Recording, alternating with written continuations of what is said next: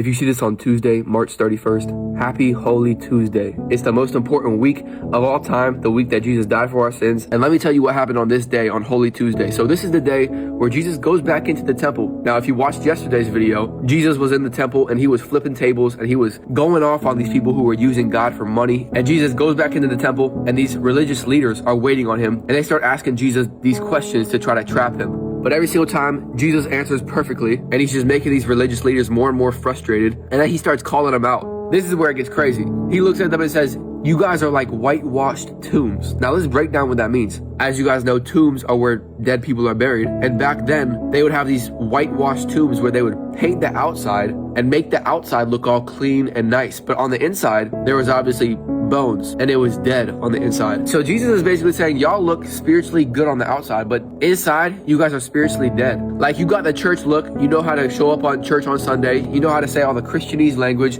you guys play the part really well, but inside you're not really living that life. And I'm just gonna say it, that's still a lot of people today. A lot of people are just fans of Jesus, but they're not followers of Jesus. A fan is someone who wears a cross on their chain, but a follower is someone who wears a cross on their back. A lot of people today only want Jesus when it's convenient, but not when it's convicting. They want to get close enough to Jesus to get all the benefits, but not close enough to where they have to sacrifice anything. And then something also happens on this day. So Jesus is watching these people give money away. And there's rich people who are giving a lot, but then a poor widow walks up and she only gives 2 small coins. That's it. And Jesus says she gave more than everyone. And why was that? Because everyone else was giving out of their extra. Like, they had a lot of money, and so they were just giving a little bit of it. But the poor widow, that's all she had was 2 coins. And Jesus says she gave more than everyone else here. And I think the lesson there is God doesn't look at the amount, he just looks at your heart. And then later that day, Jesus starts talking about the future and how he's coming back soon and all the signs to look for in the end times. And his message is simple: be ready. So I think we can take away 3 things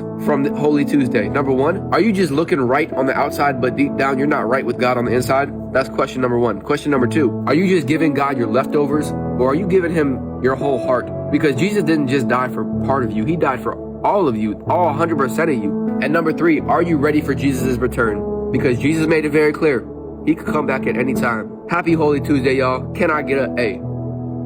Man.